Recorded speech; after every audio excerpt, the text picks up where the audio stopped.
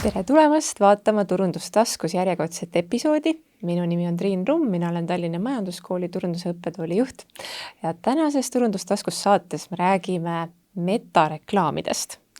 Ja kelle jaoks nimi Meta on midagi uudsemat, et siis Meta kõige suuremad platvormid on siis Facebook ja Instagram. Ja tulebki juttu sellest, et kuidas siis seal ikkagi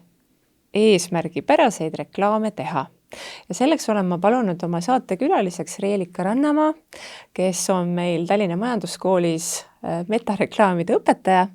ja seda siis praegu 2 aastat, et eelmine aasta oli selline põnev digiturundusspetsialisti koolitus meil ja seal siis just metareklaamide osa, see, millest Reelika rääkis. Tere, Reelika! Tere, Triin! Aitäh, et kutsusid. Rõõm on olla siin. Ja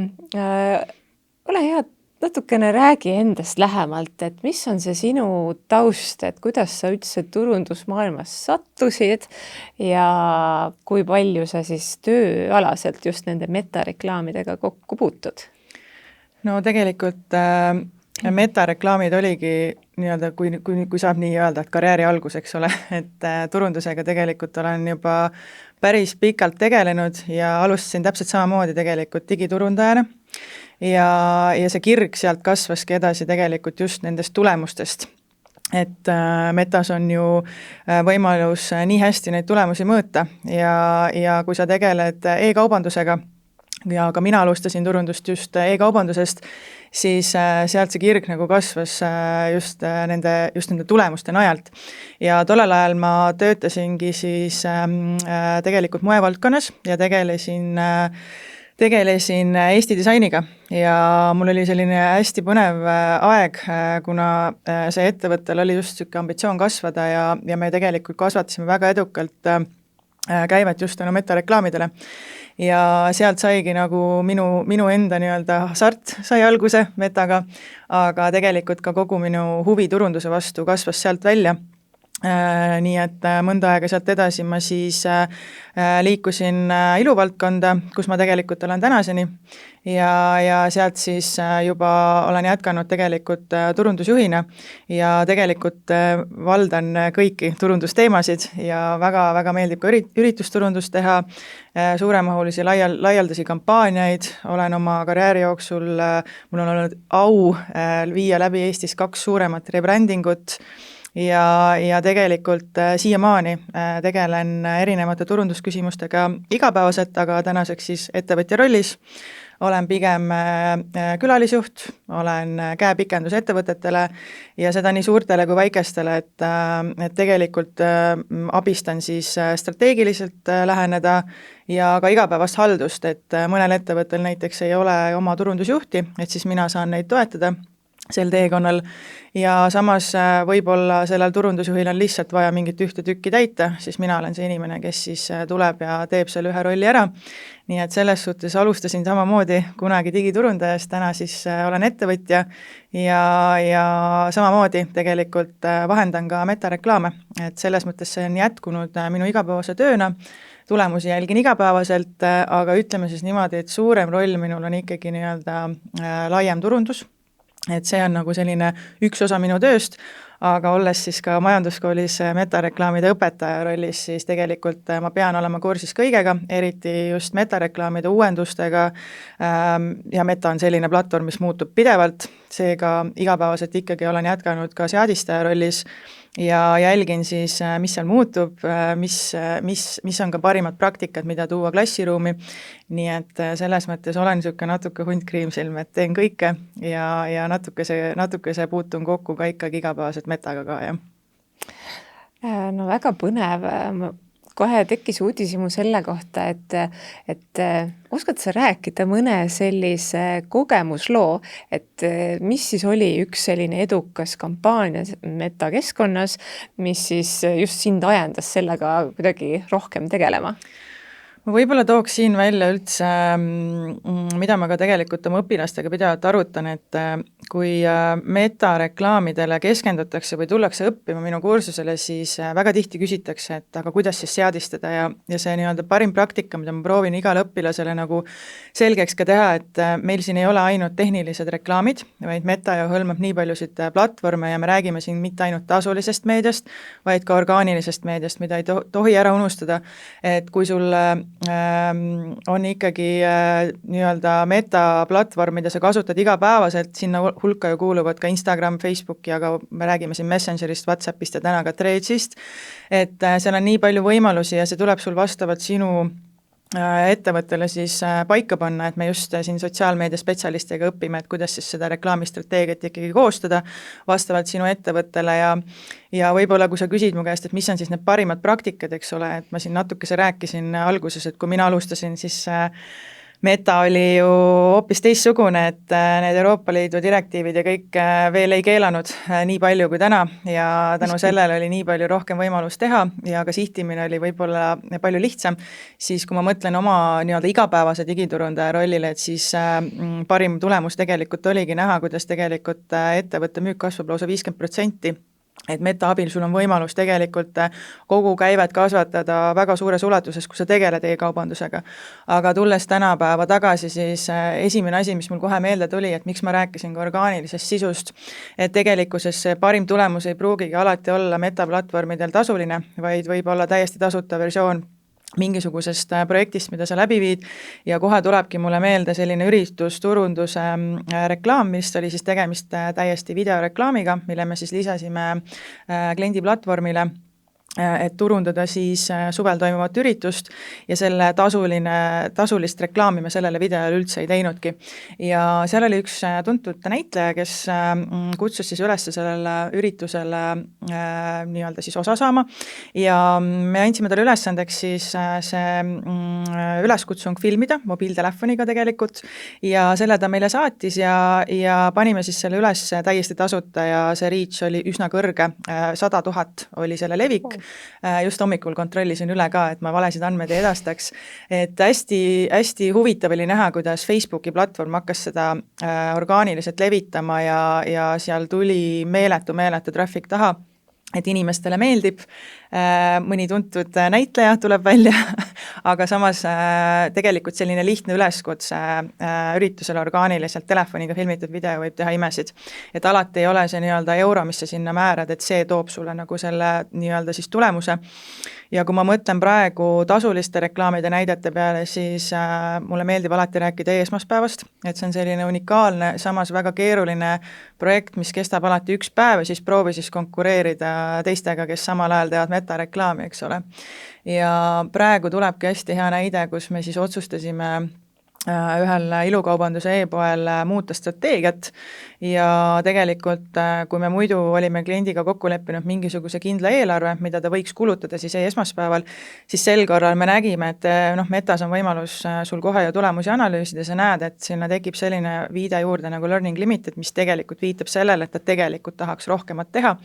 ja me otsustasime siis eelarvet muuta ja me panime talle tegelikult kolossaalse eelarve, mida me kunagi tavaliselt selle kliendi puhul ei tee.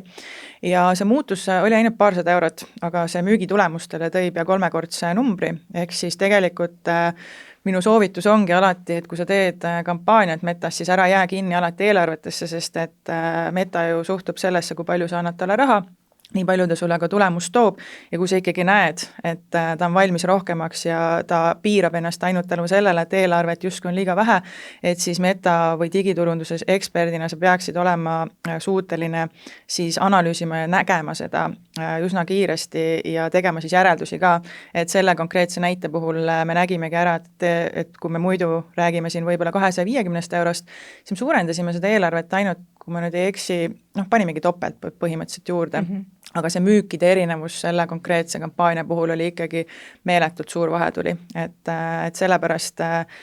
tõin siis sellist 2 näidet, et mitte keskenduda ainult euro ehk siis tasulistele nii-öelda siis näidetele, et võimalus tegelikult ka tasuta võimalustega väga kaugele jõuda. Aga see kuulus näitleja, temale te ikkagi pidite nii-öelda selle koostöö eest maksma siis? Jaa, selles mõttes küll, et temal oli olnud siis eelnev kokkulepe juba täispaketile, et kuna tema oli ürituse osa nii-öelda turundusest ka, et tema pidi tulema sellele konkreetsele üritusele ja olema nagu eestvedaja ka, et selles mõttes ta oli nagu osa kavast siis ütleme niimoodi, et ta sai siis seal läbi viia erinevaid aktsioone ja tuua siis lavale ka selle peaartisti ja nii edasi, et ta oli siis nii-öelda see sisseviskaja meile sotsiaalmeedias, et jah, seal tõesti oli muu kulu, aga see kulu tekiks sul igal juhul, kui sa teeksid ükskõik millise koostöö kellegagi, et seda nii-öelda me võime nimetada seda ka UGC sisuks, eks ole, et kui sa ostad seda sisse, siis see maksab igal juhul ja tavapärane on ka see, et te panete sinna raha peale, eks ole, aga selle konkreetse näite puhul ma nägin üsna ruttu ära, et sinna ei ole vaja raha peale panna, et orgaaniliselt levib väga hästi ja tõi selle tulemuse täiesti rahata meile ära. Aga kui palju siis ikkagi panna metareklaamidesse sisse, et ilmselt see väga palju sõltub sellest, et kui suur on üldse siis see kampaania ja see eelarve,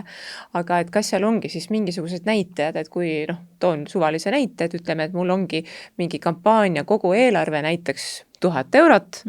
ja et kui mitu protsenti siis sellest kogu eelarvest võiks olla see, mida panna metareklaamidesse? See on üks põhilisi küsimusi, mida enamus õpilased alati küsivad, et mul on EUR-X, palun anna mulle vastus, on ju. Et seal on nagu erinevaid vastuseid, et mida mulle alati meeldib ka öelda ja ma jään selles suhtes kindlaks, et iga ettevõte on unikaalne. Igal ettevõttel on oma süsteemid ja alati see metaseadistaja, ta võib teha kõik seadistused väga hästi ära, kõik eelarved ära jagada, et seal mängib ka väga palju taustaroll, et näiteks milline see müügitunnel on, et see, kuhu see klient nüüd jõuab, mida ta seal näeb, kas see ostuprotsess on piisavalt kiire, kas veebileht on piisavalt kiire, kas see toode üldse, mida ta seal näeb, kas see on piisavalt atraktiivne, et osta, kas see hind seal on õige, et seal mängib nagu nii palju erinevaid muid rolle ka, et miks üldse ja kuidas see nii-öelda sealt metast väljaspool see nii-öelda toimima hakkab, aga et praktikas, mida mina alati soovitan ka kõikidel õpilastel teha, et enne kui te üldse saate loa, kas siis turundusjuhilt või oma muult otseselt juhilt selleks suureks eelarveks, et tuleks ikkagi esialgu testida, et kui sa ei ole kindel, eriti kui sa oled nii-öelda algaja, seadistaja, et siis tuleks ikkagi võib-olla teha enne mingid testid, väga hea test, mida metas teha, on tegelikult visuaalide ja tekstidega, et alati ma soovitan teha mitte, eriti kui sul on mingi suur kampaania, et siis see üks visuaal, et kus sa tead, et see on see õige, on ju. Keegi sulle kunagi ei ütle, et nüüd see visuaal on õige ja sellega sa saad miljonäriks, on ju.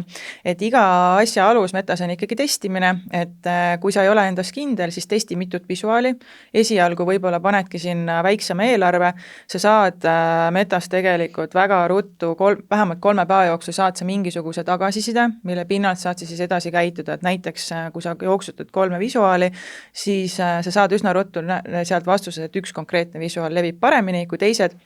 et selle testi ma teeksin siis sellisel juhul ise ära ja siis otsustaksin, et okei, et nüüd ma olen kindel, et see visuaal toob mulle selle tulemuse, siis ma investeeriksin kogu selle eelarve sinna konkreetselt sellele kampaaniale. Aga väga palju sõltub ka sellest eesmärgist, et mida ma näen õpilaste puhul, et eesmärgid ei ole selged. Ja mida me õpime ka koolitusel, ongi see eesmärkide paika panemine. Et kui sinu eesmärk on ikkagi müük, et siis traffic ei too sulle ikkagi seda konkreetset tulemust, eks ole. Sa nüüd räägid sellest, et kui hakata reklaami seadistama, et milline siis eesmärk üldse valida. Just. Inglise keeles objective vist on see valik. Et selles mõttes see hakkab ikkagi sellest eelarvest ka pihta, et kui me seda reklaamistrateegiat ka õpilastega paika oleme pannud, et siis me kõigepealt palun neil alati ära siis lahterdada, et kellele sa seda reklaami teed, kes on sinu sihtrühm, eks ole.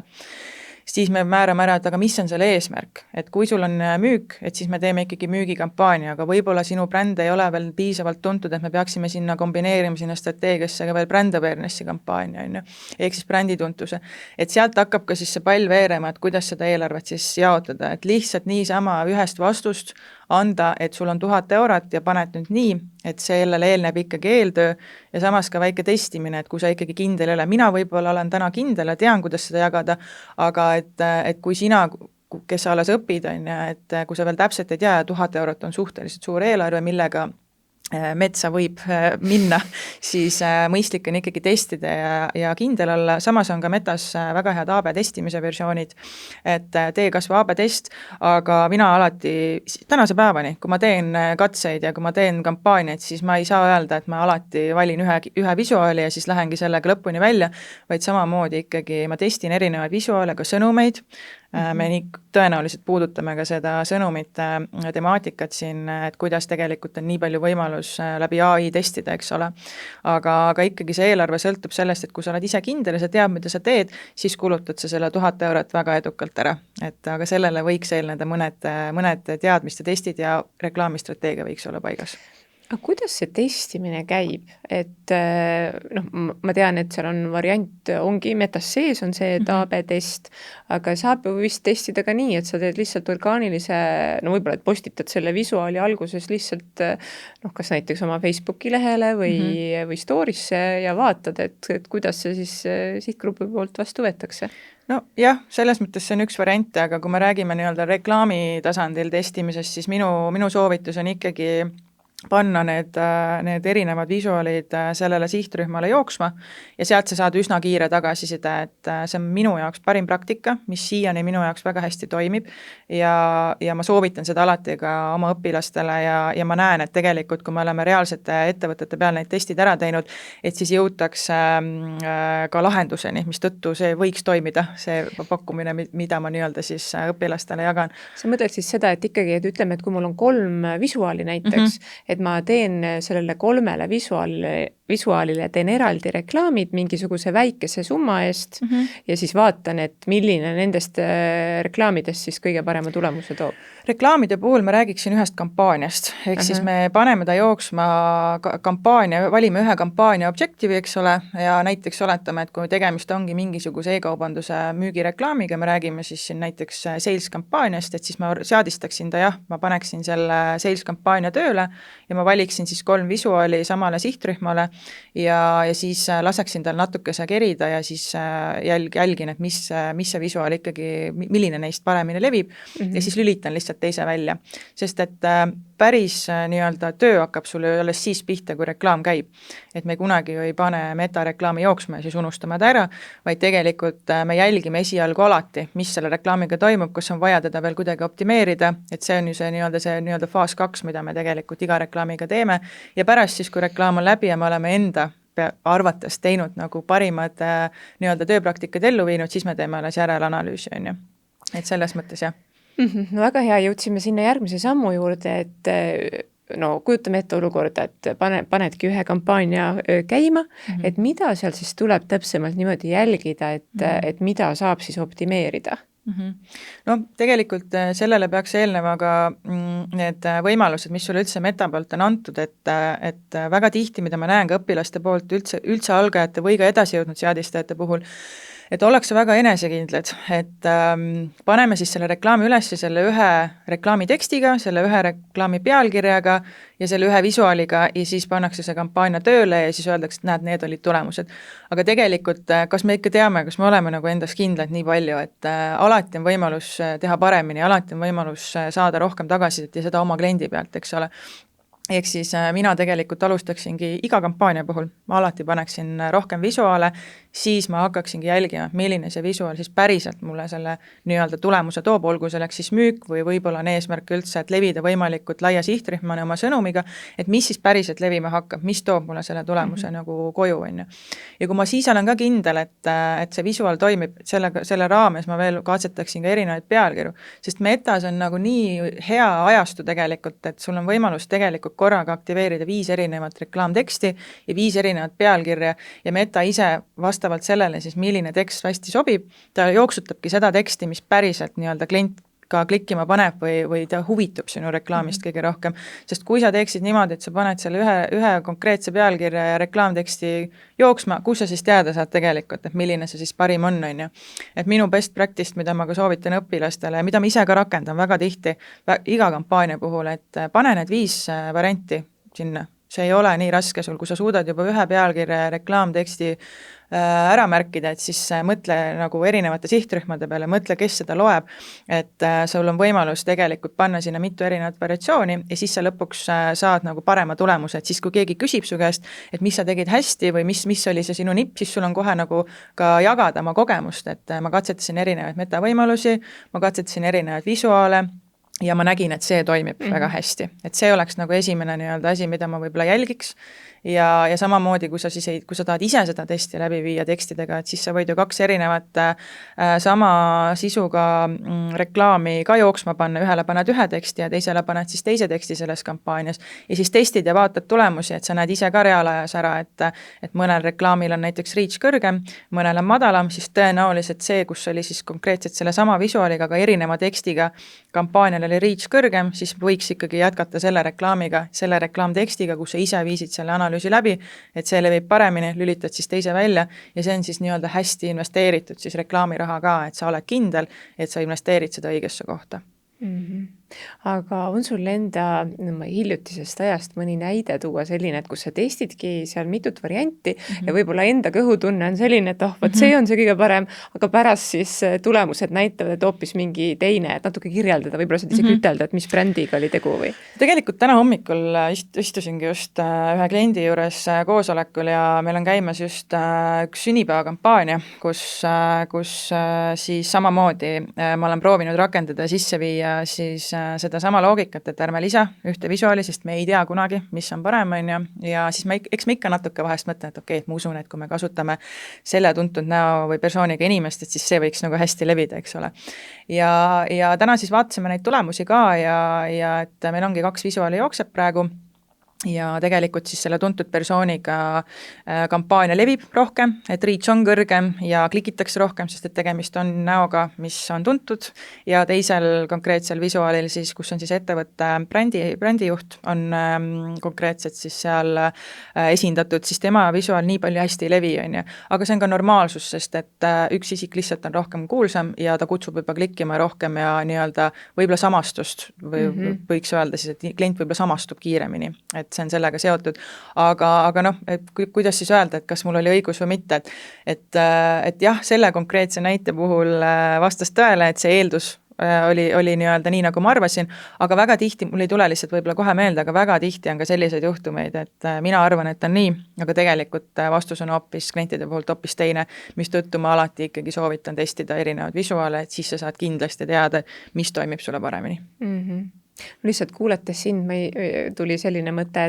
et võib-olla on selline tunne, et näiteks selline professionaalsem reklaam, et see nüüd levib paremini, aga jällegi vastupidi, et inimesed juba on võib-olla väsinud sellistest väga klantspiltidest, oleneb ka brändist, ja siis selline visuaal, mis võib-olla on kuidagi ehtsam, et see tegelikult levib paremini. No, et seal ei ole sellist ühest vastust, et klassiruumis ka kogu aeg ikka käib see läbi, et aga mis siis töötab ja mis mitte. Et see digiturundus eelmise aasta kursus ka tegelikult sealt tuli hästi välja, et ma kogu aeg just ütlesin, aga testige ja me saame teada. Ja lõpuks tegelikult, nii-öelda, kui me hakkasime lõpetama seda kursust, siis tegelikult ikkagi kõik nagu lõpuks nõustusid ka, et ei ole olemas sellist ühest vastust, et sobib see eelarve, sobib see visuaal, sobib see tekst, et me saame jagada ja mina õpetajana jagan ka, et mis on need nii-öelda do's and don'ts, mida sa võiksid teha, mida sa ei võiks teha, aga päeva lõpuks iga katsetus on väärt katsetamist ja peaks alati ikkagi proovima ja testima, et testimine on alati kõige alus, et eriti kui sa töötad välja mingisugust uut süsteemi või reklaami enda jaoks, mida sa varem ei ole testinud, et siis mõistlik on ikkagi alati testida erinevaid tekste ja erinevaid visuaale ja eriti veel, kui sul on visuaali peal mingisugune call to action, et sa ei ole päris kindel, et kas mida sinna siis kirjutada, et siis seda enam oleks mõistlik alguses testida ja väiksema eelarvega ja siis, kui sa näed, et sa oled kindel, et see levib, siis paned sa selle kogu eelarve sinna juurde ja siis sa oled vähemalt kindel, et see nii-öelda turundusjuht, kes sulle jagas selle 1000 eurot, on ju, et ta võib kindel olla sinu peale ka. aga kas sa seda oled ka proovinud, et saaks nagu täitsa tasuta testida niimoodi, et ütlen, et ma olen valmis teinud selle ühe visuaali ja teksti ja ka teise ja ka kolmanda ja siis teen lihtsalt kuskile AI tööriista sisse, et näiteks ChatGPT ütlen, et käitu digiturundus eksperdina on ju või metaeksperdina ja hinda, et milline nendest 3 reklaamist nüüd sellele sihtgrupile võiks paremini mõjuda, too välja seal erinevad argumendid. No ütleme niimoodi, et siin on nagu 2 asja, et üks minu vastusest võib-olla baseeruks sellele, et mis on siis minu kogemus või mis on minu nii-öelda teadmised, et kuidas see nagu minu kui kogenud turundusinimesel, kuidas ma siis teeks, on ju. Aga samas ega jällegi see vastus on selline, et ei ole olemas ühtegi nagu et kõik asjad käivad nii, sellist vastust ei ole olemas, on ju, et kindlasti iga brändi puhul, iga kampaania puhul, iga eesmärgi puhul see võib kohati erineda,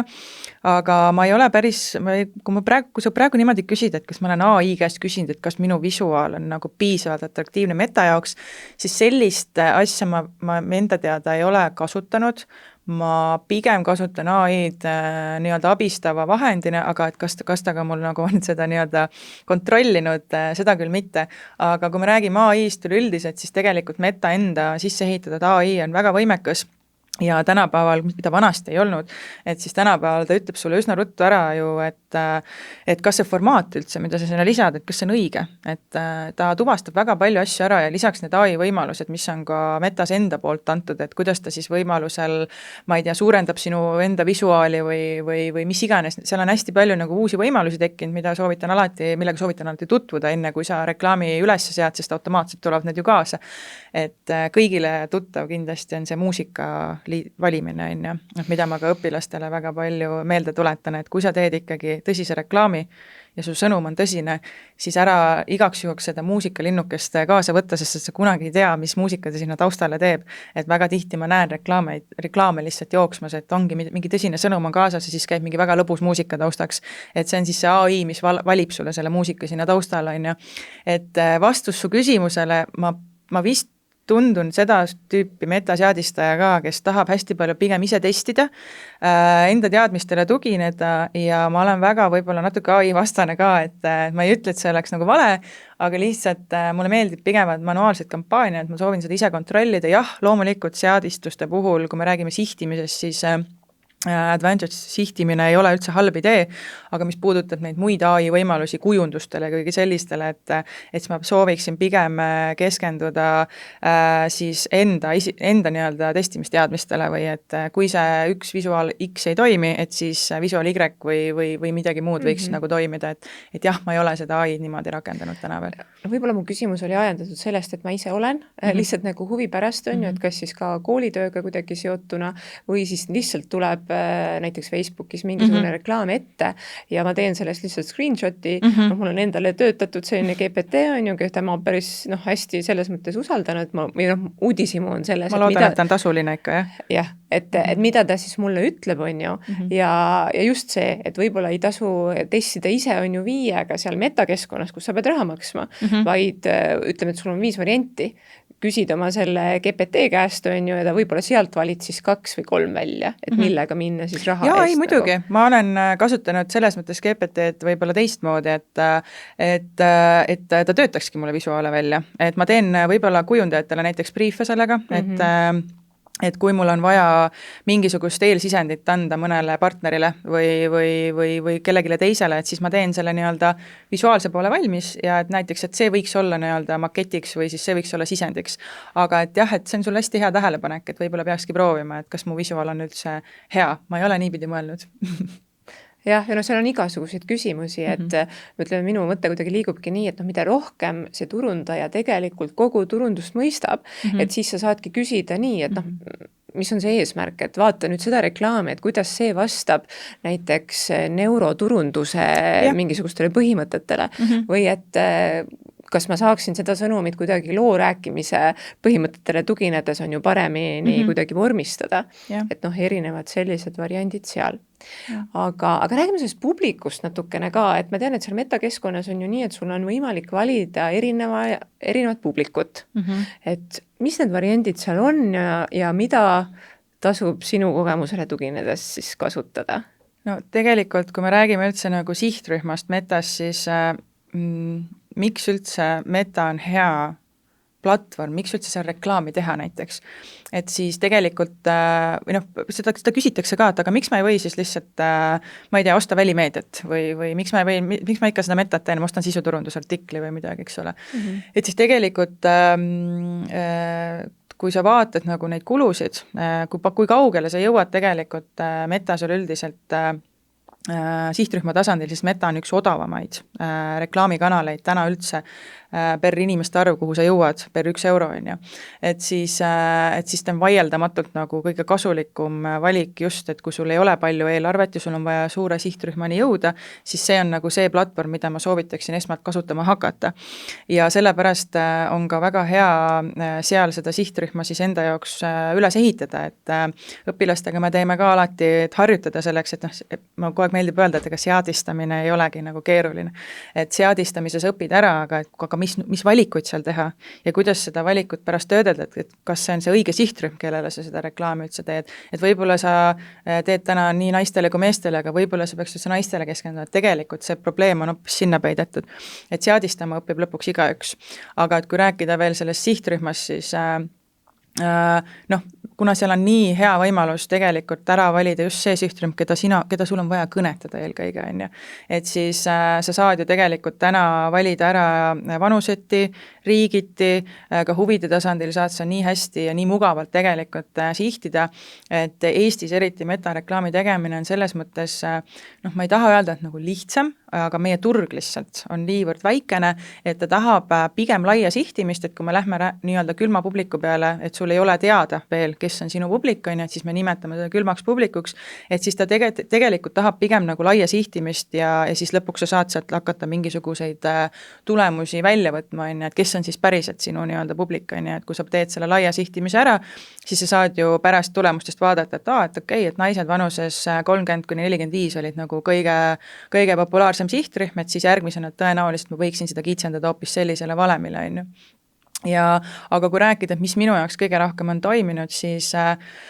tegelikult kõige parem valik on ikkagi taasturundus, et see on juba sinu soe publik, see on sinu nii-öelda fänn ja see on tegelikult sinu maksev klient, kes sind juba usaldab ja ta on sinu lehel käinud, kas siis teinud juba ühe ostu või siis ta planeerib teha ostu, et ta on justkui nagu juba keegi, kellele sa saad kogu aeg oma reklaami uuesti näidata, et nendega on kindlasti palju lihtsam ja palju mugavam ja sellepärast meil ongi vaja,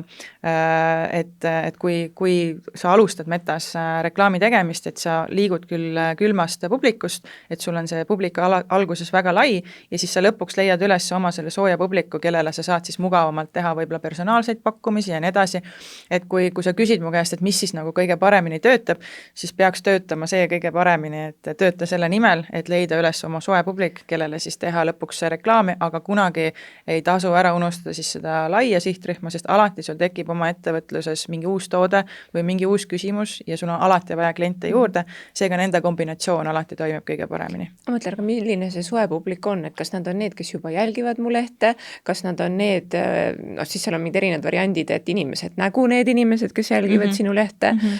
või on siis hoopiski see custom audience, et kes on juba su kodulehel käinud, et no selles mõttes jällegi, see strateegia selle saad sa ise paika panna, et olenevalt jälle sellest sõnumist, et kui me räägime näiteks taasturundusest ostukorvile, on ju, et siis me võtame välja ikkagi need kliendid, kes jäid kuskil ostukorvist pooleli ja me teeme talle siis ainult kampaaniat, välistades siis need kliendid, kes näiteks on ostnud viimase 90 päeva jooksul, et need, kes on praegu ostu teinud, et neid me nagu nii väga ei taha püüda, eks ole, aga samas tahaksime teha neile väikese allahindluse või kingituse, kes on jäänud mõtlema seal ostukorvis, on ju. Aga samas, kui sul on mingi sõnum, mida sa tahad edastada, näiteks sul on mingisugune üritus tulemas, sa tahad üritust Facebooki üritusena reklaamida, siis mõistlik oleks ju võtta ka eelnevad üritused ja võtta need publikud kõik sealt ära, ehk siis näita minu reklaami kõigile, kes on viimasel ajal klikkinud minu üritustele või klikkinud minu Facebooki lehele või Instagrami lehele, et me saame taasturundust tegelikult teha igat pidi, aga kõige efektiivsemaks loema muidugi siis veebisaidi külastajaid. Et nendele me saame, sinna lihtsalt koguneb niivõrd suur hulk inimesi, mida rohkem sa aja jooksul reklaami teed, seda rohkem sa ju tegelikult saad seda publikut sinna ja kui sul on piksel ilusti ja korrektselt seadistatud, siis ta ka korjab kogu selle info ülesse ja neile sa saad siis hakata tegema, olgu selle oleks siis see ostukorvi reklaam või lihtsalt külastajate reklaam, et nemad on rohkem vastuvõtlikumad lihtsalt sinu reklaamile, kuna nad on juba sinu brändiga tutvunud ja tahavad sinuga rohkem koostööd teha. Aga räägime sellest Facebook Pixelist natukene ka, et kes võib-olla ei ole nii palju selle valdkonnaga veel kursis, et Facebook Pixel siis ongi selline väike plugin, mis aitab sul siis reklaame taas sihtida, on nii? Noh, tegelikult me räägime siin niisugusest väiksest koodireast või siis numbrite reast, mida me siis metatasandil loome ja ühendame siis veebilehega ära. Et metal on tänaseks niivõrd head, mugavad viisid juba ka, kuidas seda ühendust tegelikult luua, eriti kui sul on sellised lihtsamad veebilehed nagu WordPress, ehk siis enamus ettevõtted või alustavad ettevõtted või kellel on niisuguse väiksem firma, siis Pixi seadistamine on tegelikult väga lihtne ja selle tööle saamine, nende eventide seadistamine läbi siis Meta on tegelikult üsna mugavaks tehtud tänapäeval juba. Ehk siis jah, tegemist on sellise väikese Facebooki enda nii-öelda liidesega või koodireaga või kuidas iganes me tahame seda nimetada, et ta on eelkõige siis abivahend, mis aitab siis publikul nii-öelda kinni jääda sinu kodulehele, et sa saaksid siis pärast neid andmeid kasutada, et kõik need inimesed, kes on juba käinud sinu kodulehel, et nad saaksid tulla siis tagasi, et sina saaksid neile siis taasturundust teha. Ja tuleb igale alamlehele oma eraldi piksel panna. Noh, selles mõttes see sündmus tuleks nagu ära seadistada, et kui me räägimegi sellest ostukorvist, siis seda sündmust saab siis läbi selle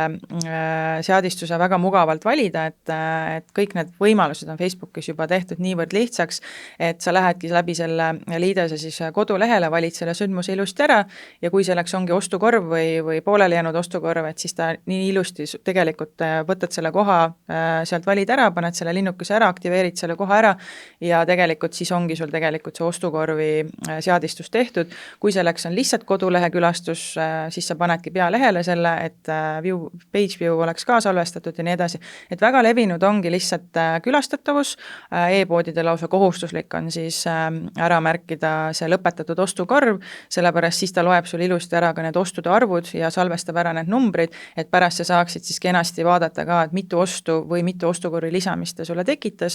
ja e-poodide puhul lihtsalt äärmiselt vajalik abivahend, et pärast siis arvutada ka välja, et kui palju sa siis raha teenisid ja palju sa siis tegelikult kulutasid oma reklaamile ja mis on siis tegelikult selle osturoas. Ja seal on ju nii, et ikkagi ta kogub andmeid nende kohta, et kes on ise vajutanud, et lubab need küpsised. Jah, ikka, igal kodulehele need küpsised olemas. Kellegagi me siin hiljuti rääkisime, et ongi, et inimene võib panna ka, et ta ei luba neid küpsiseid ja tegelikult sa sama hästi võid nagu seal lehel siis ringi surfata ja nii edasi, aga siis sulle seda reklaami nii-öelda uuesti ei tule. Et see on see teine nii-öelda miinuspool, et kui kunagi need keelud ja raskendatud protsessid siis Euroopa Liidus tekitati, et siis minu valdkonnas tekkis siuke väike ärevus, et mis nüüd saab. Et nagu ma ütlesin, siis mina alustasin kunagi, kui ei olnud üldse piiranguid ja kõike sai sihtida ja tegelikult oli väga võimalus ja väga mugav, et sa said nagu kõik kliendid üsna nagu detailselt kätte, et siis tänapäeval sa ei näe enam võib-olla, kui suur on sinu publik, näiteks, et kui sa teedki neid remarketing publikuid endale, et siis sa ei näe tegelikult, kui suur see publik on, et need on piiratud. Et vanasti sai ilusti näha, et see sinu publiku suurus on näiteks 10 000 inimest, sa teadsid täpselt, et sa turundad 10 000 inimesele, et tänapäeval seda ei ole, ja see ongi seotud tegelikult Euroopa Liidu nõuetega, et jah, sul on täna õigus, sul on väga suured õigused ka tegelikult kontrollida, millist reklaami sa näed, sul on väga suur õigus kontrollida, kas sa üldse neid reklaame näed, saad kas või Metalt osta tegelikult ju paketi, et ära üldse näita mulle reklaame, et see on meile digiturundajatele paras pähkel ikka, et tahaks ju tegelikult kõigile seda reklaami näidata ja võib-olla see on sulle vajalik reklaam, aga inimestel on täna õigus, sest reklaame on väga palju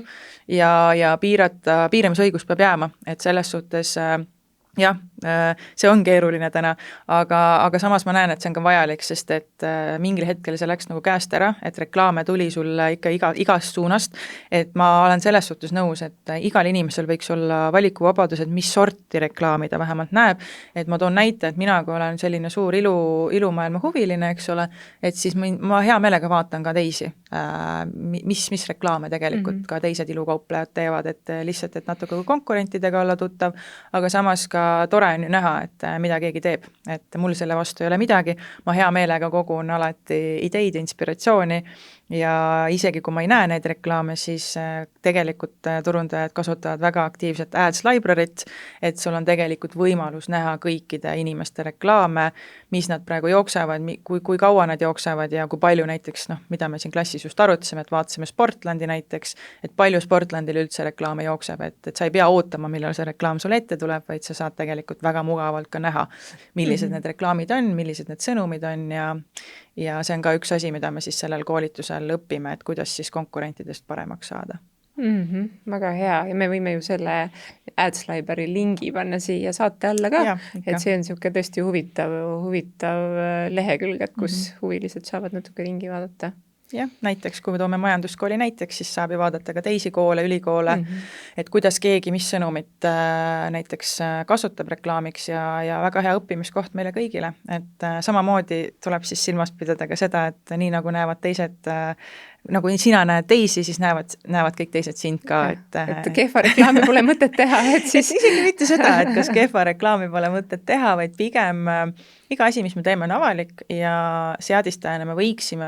vähemalt vastutada selle eest, et me teeme seda hästi. Et meil formaadid on õiged, eesmärgid on õigesti valitud ja et me vähemalt anname oma parima sellest, et kõik on võimalik pärast ju näha. Sa ise näed ka oma reklaami. Kuidas sellega on lihtsalt niisugune vaheküsimus siia, et kui ma seadistan oma reklaami ära ja siis näen, et mul on seal näiteks mingi kirjaviga seal tekstis, mida ma olen näinud ja minu meelest see natukene piinlik, aga et võib ju kiiruga ikkagi juhtuda, et kas siis ma saan selle niimoodi ära parandada või ma pean täitsa uue reklaami seadistama? Jah, ikka selles mõttes vigu teeme me kõik. Me klassis oleme analüüsinud ka minu vigu. Mulle alati meeldib just välja tuua enda nagu, kui saab öelda, kõik oma panged, et selles mõttes, et need on head asjad, mida analüüsida tegelikult, et miks mitte, ma ei ole ideaalne samamoodi, et teen samamoodi vigu ja üks näide, mida ma klassis saangi tuua, et mida ma olen toonud väga tihti, et ma teen siin ühte korduskampaaniat iga aasta, et see toimub nii kevadel kui sügisel ja siis mul juhtus samamoodi, et ma olin kogemata võtnud kaasa tekstid, juba panin reklaami ülesse ja siis pärast loen, vaatan, et oli umbes pool päeva jõudnud juba üleval olla, et ilusti keris ja siis loen, et tegemist oli tegelikult, ma nüüd eksin, et kas oli sügiskampaaniaga või vist oli, et niimoodi, et ma olin kevadkampaania, aga tekst oli sügis. Et selles mõttes me kõik teeme vigu, et ikka juhtub, ma enda arust salvestasin, kõik oli õigesti, kõik vaatasin üle eelvaade, kõik oli õige ja vaatan pärast, et kuidas saab nii olla, et tekst on ikka täiesti, räägib sügisest, aga me räägime siin kevadest, eks ole, et selles mõttes selle lahendamine on üsna lihtne, et avad selle kampaania, lähed sinna tekstilahtrisse ja kõik tekstid saab väga kiiresti ära muuta. Ainuke asi, mida tuleb siis tähele panna, et kui sa reklaami muudad, siis ta läheb uuesti ülevaatamisele ja siis tuleb pisut lihtsalt oodata, kuni ta uuesti avalikustub, aga kõike saab alati muuta, et mitte miski ei ole seal igavene ja et reklaamis tehtud vead, eriti tekstivead on väga tavaline, sest et eriti kui sa tegeled suures mahus reklaamidega, vigu võib ikka ette tulla ja oluline on see, et sa kontrolliks ennast ja avastaksid need vead ja ei laseks sellel juhtuda lihtsalt pikaajaliselt, et sa ei räägiks ikkagi kevadel sügiskampaaniast ja vastupidi, et Ma selle Pixli osas tahtsin veel ütelda, et vähemalt mingi aeg tagasi, kui ma ise aktiivsemalt seadistasin Metas reklaame, et siis saab ka nii, et sa võtad endale plugina ja sa saad käia erinevatel lehtedel. Näiteks minu jaoks oli toona hästi huvitav, et ma läksin Amazoni lehele ja siis sa selle plugina abil näed ära, et kui palju, sellised kõige suuremad on ju e-poed kasutavad neid piksleid, et see on ka nagu hästi huvitav, et sa saad minna konkurentide lehtedele ja näha, et mis pikslit kuidas moodi. Ja võib-olla enamlevinud, mida kasutame ka meie kursuse raames, et mida ma alati palun, et kõik aktiveeriksid, et Chrome'il on olemas siis liides, et kui ta nimi on õigeke Pixel Helper, kui ma loodan, et ma ütlen õigesti,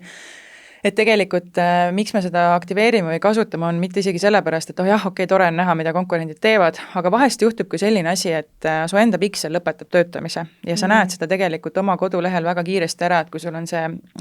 nupukene seal olemas, siis kui ta on roheline, siis ta on roheline, kõik on hästi. Aga kui ta on ikkagi punane, siis sa tegelikult näed ära ka, et kui sa sinna vaatad, siis ta ütleb sulle kohe ära, et mingi jama on ja siis saad arendajaga ühendust näiteks võtta ja uurida, et milles asi on, et midagi on võib-olla on tehtud mingi uuendus kodulehtedel ja siis on midagi katki läinud, et siis tuleb seal koodireas võib-olla midagi muuta või uuendada et see liides tegelikult ei ole alati kasulik võib-olla sinu konkurentide analüüsimiseks, vaid sulle endale ka, et ta ütleb sulle kohe ära, kui midagi on valesti, et noh, muidugi sa näed seda ka Facebookis ka, kui sa hakkad seadistama, et siis lõpus ta näitab sulle ilusti ära, et kas piksel on roheline või punane, aga selle liidese eelis on ikkagi väga hea see, et kui sul midagi on viga, siis ta kohe ütleb sulle ka, et seal on mingi viga tõenäoliselt selles kohas ja siis sa saad kohe kiiresti reageerida arendajana.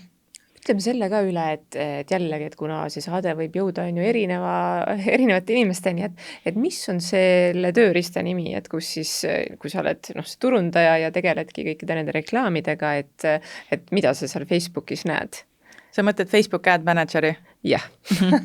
Või siis üldse business? Facebook business jah, aga me nimetame teda ikkagi Facebook Ad Manageriks, et kui sa Facebook Ad Manageris toimetad, siis see vaade on ikkagi Ad Managerile omane, et seal sa saad seadistada reklaame,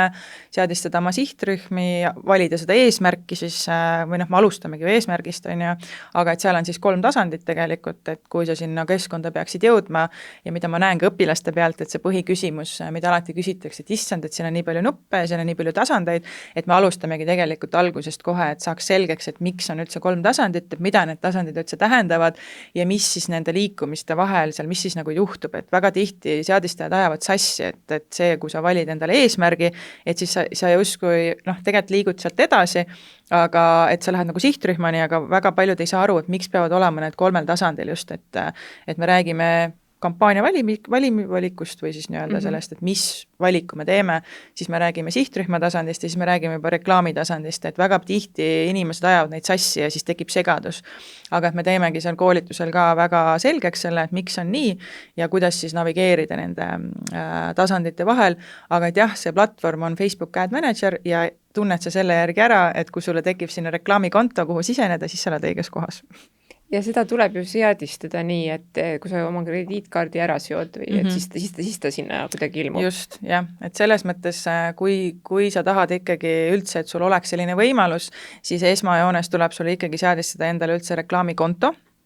ja kui sa teed endale reklaamikonto ära ja maksevahendid on sisestatud, siis sul on õigus teha ka reklaami. Ja siis sul tekib ka vaade Facebook Ad Managerile ja seda me kõike me seal koolitusel ka õpime, et kui sul on selline nii-öelda Facebook page, sa tahad teha ettevõtet, sa täna ei ole veel metareklaame teinud, siis sellel koolitusel on võimalus siis nullist sul kõik need asjad läbi teha ja mina siis kontrollin üle ka, et kõik oleks ilusti korrektne ja et sa saaksid seda reklaami teha. Kas eraisik ei saa reklaami teha või? No selles mõttes minul eraisikuna on reklaamikonto olemas, aga sa ei saa reklaamida ennast kui Reelika Rannamaad, et selles mõttes Reelika Rannamaal võib olla reklaamikonto, aga sellega seotud page peab olema ikkagi justkui nagu mingisugune loodud leht, sa võid teha endale näiteks luua sinna siis Reelika Rannamaa koolitused või lihtsalt Reelika Rannamaa fännklaab või mis iganes on ja, aga sellist asja jah, et sa reklaamid ennast kui isikut, sellist asja sa ei saa teha, jah. Tahtsin selle muusika osa juurde korraks tagasi tulla, et ma ei olnudki ise kursis, et sa saad seda reklaami seadistada nii, et valid ka muusika sinna, et kas see siis nagu autoriõiguste kasutamise mõttes on muidu siis nagu lubatud, et seal sellist ohtu pole? No Facebooki muusika valik, see automaatne muusika, mis sealt kaasa tuleb, et autoriõigused, see kuulub meta endale, et see on siis see nii-öelda AI valib sulle siis mingisuguse suvalise loo sinna taustale. Ise sa valida ei saa? Ise sa valida ei saa, et kui sa just ei tee endale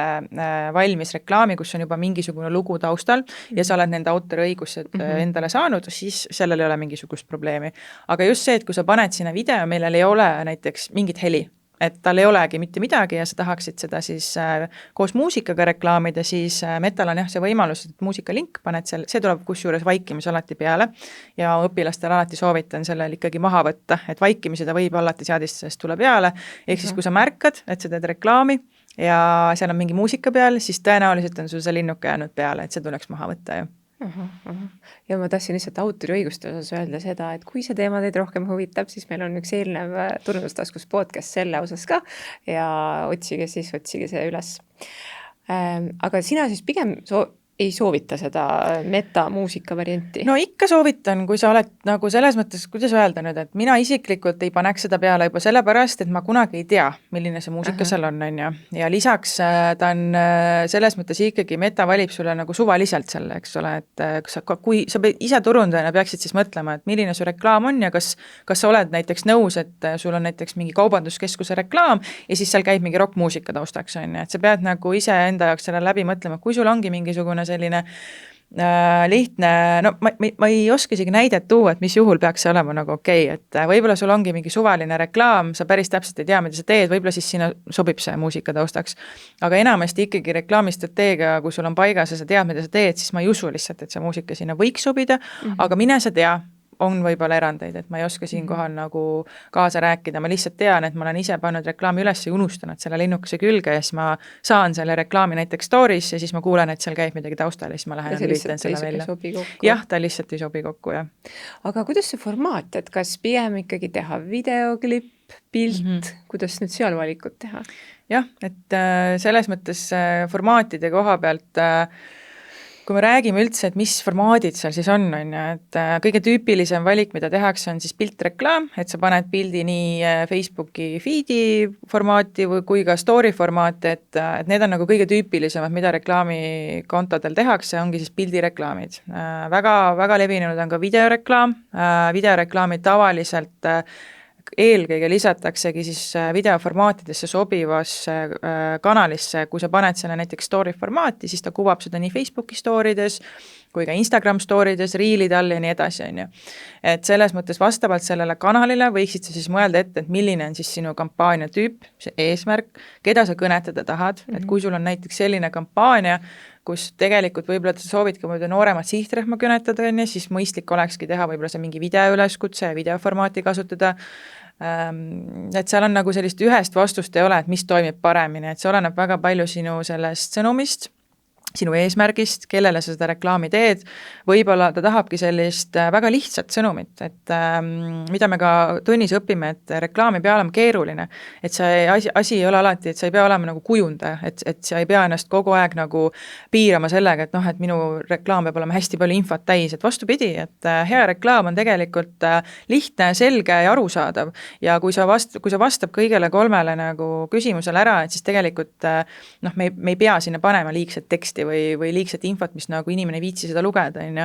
Et selles mõttes ei ole nagu ühtset vastust, et mis siis toimib paremini, vaid pigem, et kellele sa seda reklaami teed ja miks sa seda reklaami teed ja kuidas sa seda eesmärki täidab, et väga tihti me võime kasutada ka hoopis, mis ei ole võib-olla enam nii levinud, aga siiamaani ikkagi kasutatakse on ka karussell formaat, mis tähendab siis seda, et sa võid kuni 10 kaarti sinna üles siis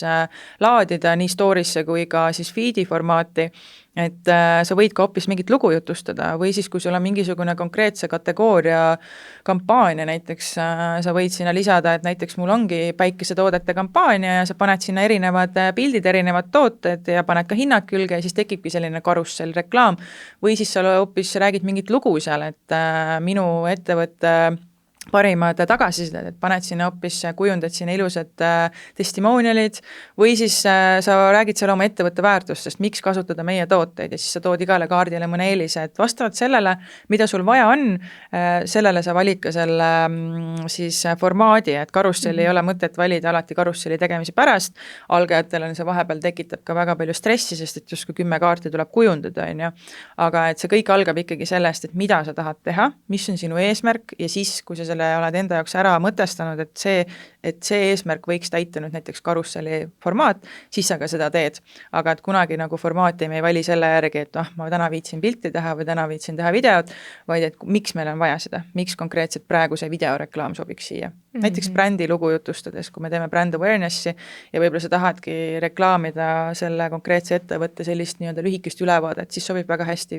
videoreklaam. Üldse Instagram on väga visuaalne kanal, et seal mingit sükest nii-öelda brändi lugu jutustada näiteks video teel, väga hea valik. kuidas see, ongi, et see formaat selles mõttes on hästi oluline, et sa pead juba ette mõtlema, et kus kohas ta seda reklaami siis näitab. Ja ma mäletan enda kogemusest, et see tegelikult oli niisugune üpriski keeruline valik, et mis ma nüüd valin, et kas ma panen nii, et Meta ise otsustab, seal on ju linnukene, et et tema siis need AI-tööriistad ise otsustavad, et kus näidata, aga siis seal võib jälle tekkida see, et mingis kohas kuidagi see sinu formaat ei sobi. Et mis sa siin ütleksid, et no selles mõttes see parim praktika on jällegi seotud sinu investeeringu tasuvusega ka veidi, et Meta soovitab ja ka mina soovitan alati valida ikkagi kõik formaadid. Miks? Sellepärast, et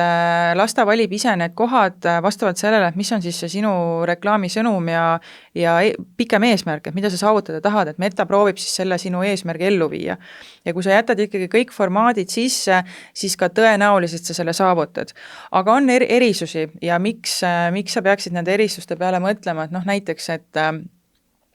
mul on mingisugune konkreetne kampaania ja ma tahaksin näidata ainult Instagrami kanalis seda konkreetset videoformaati, et mul tavakampaanias on hoopis teine sõnum ja teine mingisugune piltreklaam, aga nüüd ma tahaksin ainult Instagramisse suunata ka selle videoreklaami, et mul ei olegi näiteks feed'i jaoks sinna mingit sobivat formaati. Võib-olla on selline näide.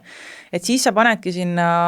hoopis jooksma lisareklaami ja validki ainult story formaadid ja siis ta konkreetselt saab sisendi sinu käest, et näita seda reklaami selles kampaanias ainult storydes, ehk siis Facebooki storydes, reelides ja nii edasi. Ja siis sa saad käsitsi valida linnukesed nendele konkreetsetele formaatidele ja lülitad siis välja need teised võimalused, et ta ei näitagi nendes kohtades. Et siis sa tagad ka selle, et näiteks oletame, et sul ongi tellitud video,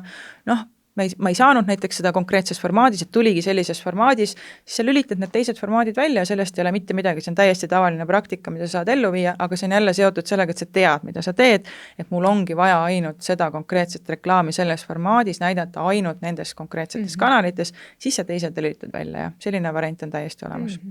Aga siis ütleme, et kui ma tahaks teha piltreklaami ja et ta sobib kõikidesse nendesse kanalitesse, kas siis ta peaks olema ruut 4/5, mis see suurus siis peaks olema? Kui me teeme reklaami, siis praegusel juhul me ikkagi peaksime rääkima eelkõige 2 formaadist, et kui me valime kõik formaadid korraga, siis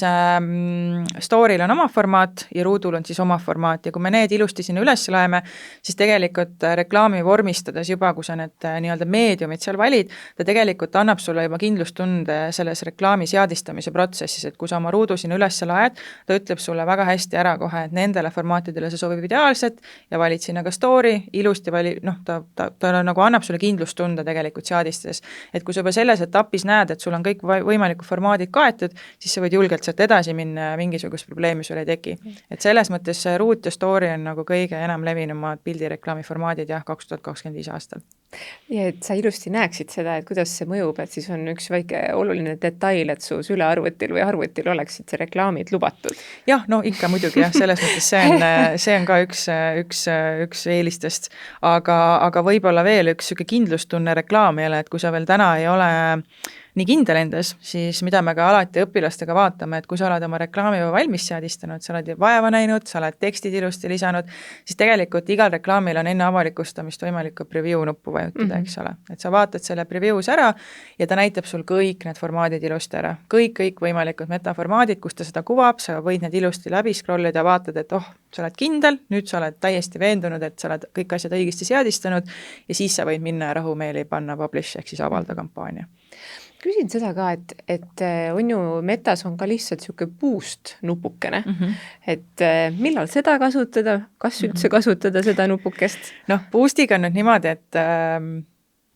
et ei saa keelata kedagi, eks ole, et selles mõttes, kuidas mulle meeldib nagu nii-öelda suhtuda sellesse boosti nuppu, et boost on väga hea vahend neile, kes ei kasuta või neil polegi ad manageri võimalust ja nad ei oska seal midagi teha. See on väga hea võimalus, kuidas kiiresti levitada oma sõnumit väikse eelarvega või suure eelarvega, see on täiesti sinu otsustada. Aga kogenud seadistaja, eriti kõik, kes minu koolituse on läbinud või plaanivad seda läbida,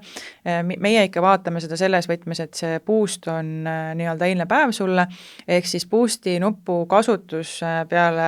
seda konkreetset õpet kaob sul tegelikult ära, sest et sul on nii palju rohkem võimalusi, eeliseid ja teadmisi, kuidas teha täpselt sama tulemust, aga saada ka rohkem tulemust, ehk siis sa saad paremini endale eesmärke seada, sa saad paremini oma eelarvet kontrollida ja sihtida, et selles mõttes Boost'i kasutada ma ei keela, aga selles mõttes Ads Manageris on sul ikkagi võimalus kõiki neid asju teha veel paremini, veel detailsemalt ja sa saad oma tulemusi ka paremini jälgida, nii et selles mõttes ma ei keela, aga rangelt,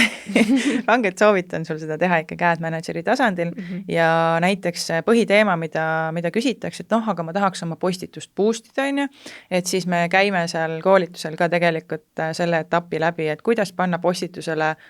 reklaam peale niimoodi, et see ei ole ainult see boost'i nupp, ei ole su ainuke valik, on ju, et tegelikult see on väga lihtne, Ad Manageris on see kõik võimalik ja sa saad iga konkreetse reklaamitüüpi või reklaami eesmärgiga tegelikult oma postitusele ka reklaami peale panna ja seda me kõike õpime ja see ei ole üldse keeruline, aga tulemused on palju paremad. Ehk siis, et võib ütelda, et võib-olla see on üks niisugune viga, mida oled täheldanud metas, et kui vajutatakse seda boost'i nupukest, aga oskad sa veel tuua mõne näite, et mis on sellised levinumad vead, mida inimesed siis metas reklaame tehes teevad? No üks suurimaid vigu ongi ikkagi see, et sa ei ole oma eesmärki pannud paika, et mulle meeldib toonitada kogu aeg, et reklaami ei ole mõtet teha reklaami tegemise pärast, et iga reklaamil peab olema mingisugune mõte, mingisugune sisu ja väärtus, mida sa pakud, et väga tihti me näeme reklaame, mis on selgelt müügireklaamid, aga ongi tegelikult seadistatud üldse trafficuna näiteks või siis on veel hullem pandud reach kampaania ja siis osta, palun müü, on ju. Et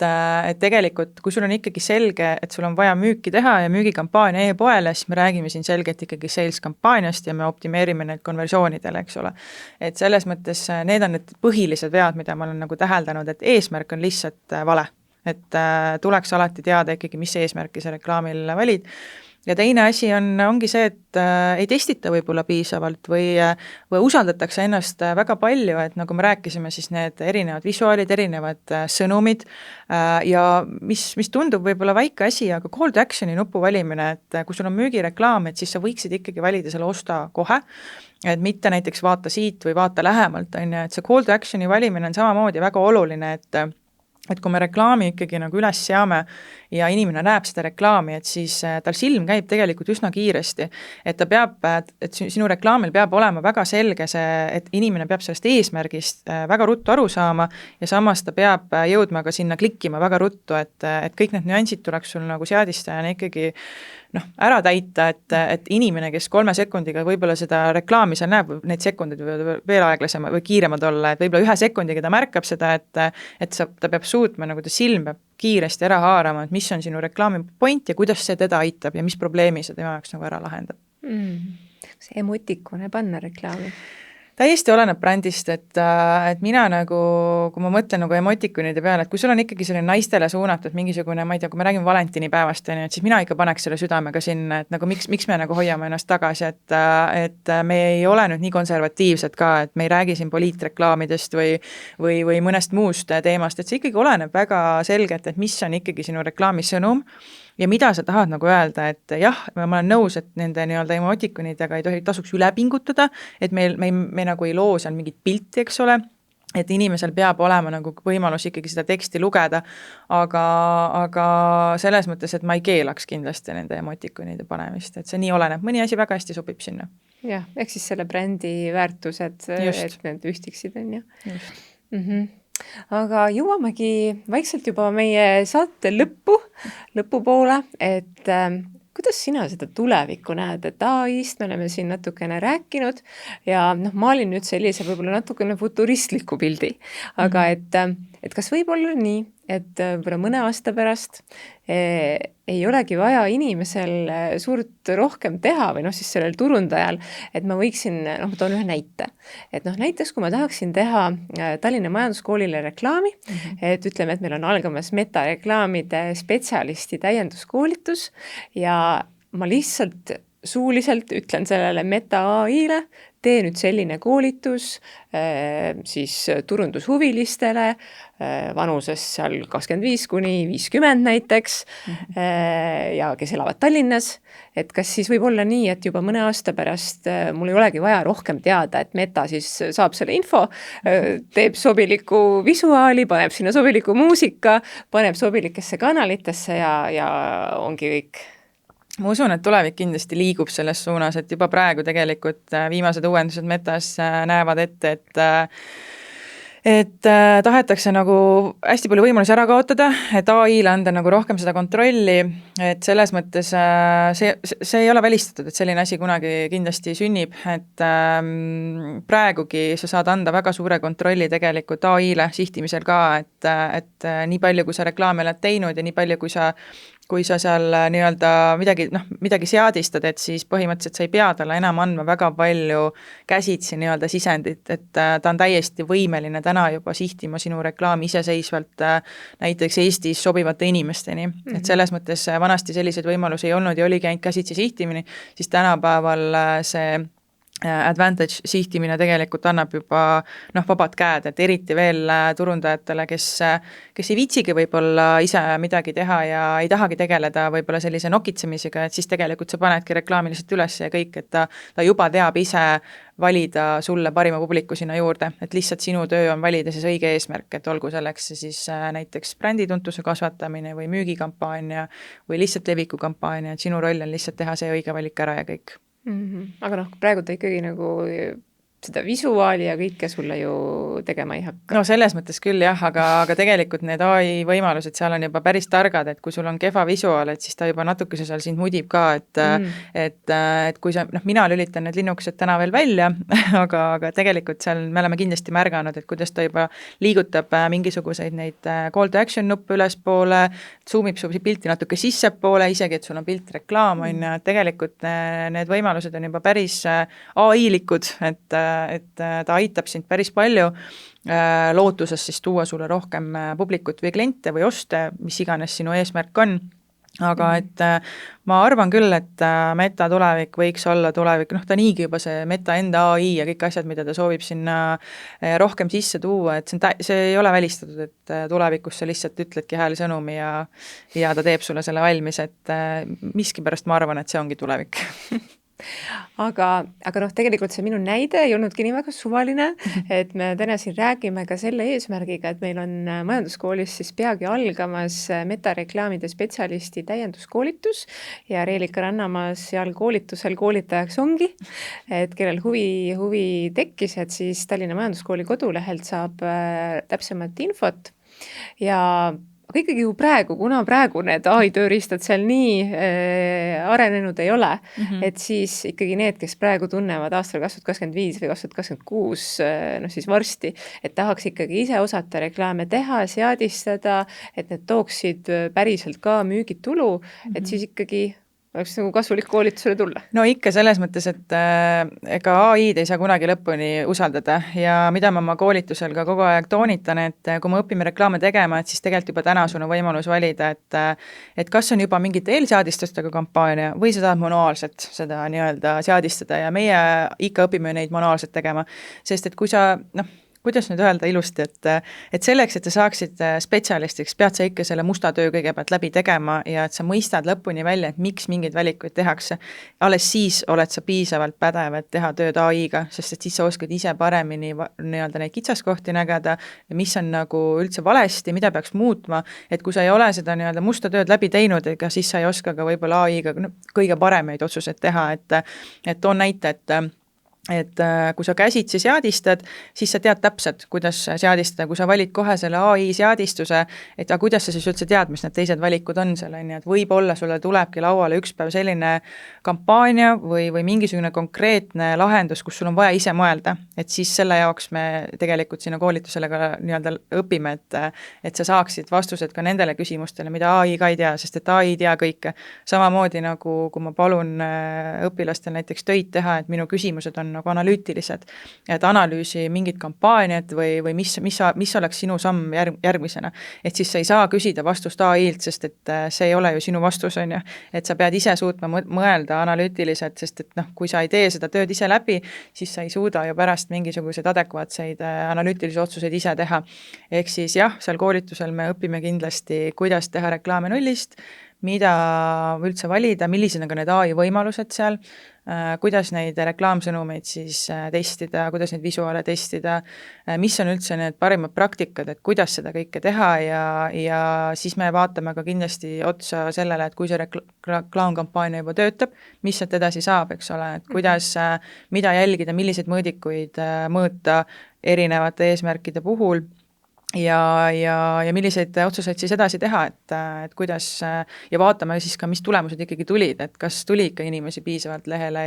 või kas tuli piisavalt liide või muid konversioone, et selles mõttes kõik me seal läbi teeme ja kõik, kes selle koolituse lõpetavad, neil on piisavad teadmised, et iseseisvalt siis jätkata erinevate reklaamitüüpide seadistamisel, kuidas neid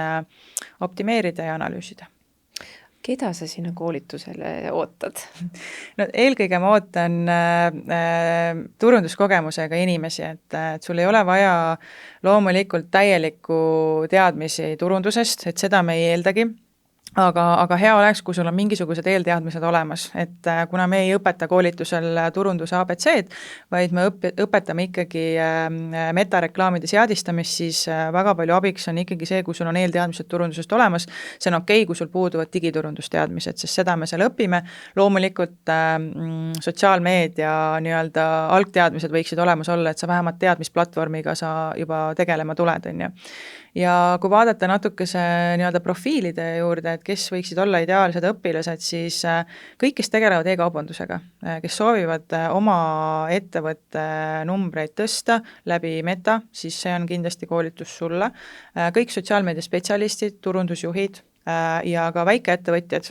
Väga palju tööd tegime eelmisel aastal just väikeettevõtjatega, kes said väga palju abi oma ettevõtte reklaamimiseks ja oma ettevõtte kasvatamiseks. Et tegelikult igasugune turundaja, aga ka ettevõtja on väga oodatud. Ja just, et võib-olla praegu majanduses natukene ka selline olukord, et kus peab ise olema nutikas ja võib-olla saama ise hakkama sellega, et need reklaamid siis luua ja seadistada ja siis tulu tuua. Just täna, et kui sul ei ole ikkagi võimalusi palgata endale agentuuri või sul ei ole üldse mingisuguseid võimalusi abikätt võtta, siis sellelt koolituselt saad sa ikkagi teadmised, kuidas ise toimetada, kuidas neid otsuseid vastu võtta ja eelkõige ka milliseid valikuid siis teha üldse selleks, et saavutada neid tulemusi. Et kõik on, see on üsna intensiivne, aga infot on palju, aga samas tulemus saab ka, et kindlasti saab vajalikud teadmised just enda ettevõttele sobivad siis tulemused. Aga rohkem siin küsima ei hakkagi, et kes tahavad ise enamat, et siis tuleb tulla Reelika koolitusele. Nii et suur tänu vaatamast, suur tänu Reelika täna vestlema tulemast ja siis järgmise korrani. Aitäh!